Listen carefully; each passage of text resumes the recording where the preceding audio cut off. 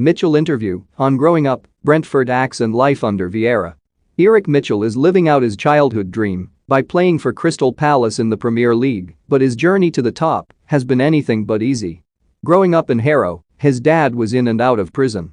Mitchell lived with his mum, who relied on benefits to help support the family, and his two older sisters. Life wasn't straightforward, but Mitchell would not change the path he has trodden. "That whole scenario built me into a man so much quicker," says the 22-year-old, who has established himself as a regular for Palace and is thriving at left back under Patrick Vieira. "Sometimes when you have two parents, or when you are given everything you want, you are kind of shielded from the real world. Now when I enter the real world and you don't get everything you want, or you have to work even harder, I am able to do that with ease. It is no problem. It hasn't been the easiest of routes, but that's what makes everything more special and humbling to me." Although there were some tough times growing up, Mitchell is still able to look back on them fondly as they created a close bond between himself, his mum and his sisters. "Every Christmas they would make sure that I at least got one good gift," he says. "One gift would be something that I really wanted, because obviously growing up you write a Christmas list with expensive things. You want all of them. I am not going to say I never had new boots or anything like that, but I know at certain times like Christmas or my birthday, people around me, my support group, would join together and try and get me what I actually wanted." One of those people was Vieira, who took Mitchell under his wing as a coach at his first club AFC Wembley.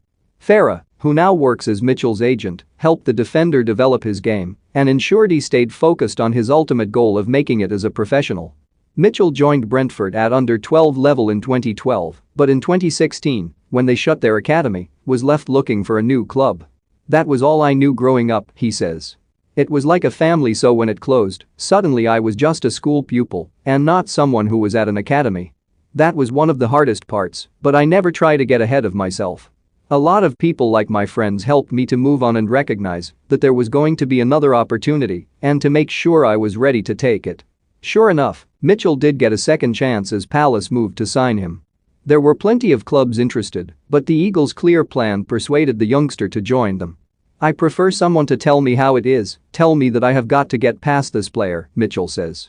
"I feel like I'm a good judge of character, and sometimes, when people speak you feel their energy and believe what they are saying. That was the kind of vibe that I got with Palace Academy director Gary Issett, and we are here today." Since joining Palace 2 days after they lost the FA Cup final in 2016, Mitchell has not looked back. He broke into the team under Roy Hodgson at the end of the 2019-20 season and is continuing to flourish under the guidance of Vieira. "It's been like a whirlwind," he says. "To see a manager of his stature as a player come in has inspired me to work hard and learn a lot from him.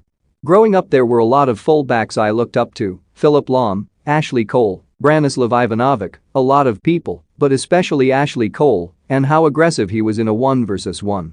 He was like, you are not passing. So he was a massive inspiration for my game.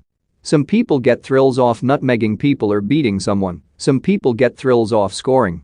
But my one is I like it when I step on the pitch to see I had that opponent. That person couldn't get past me, or had to change wings, or the manager had to substitute that person."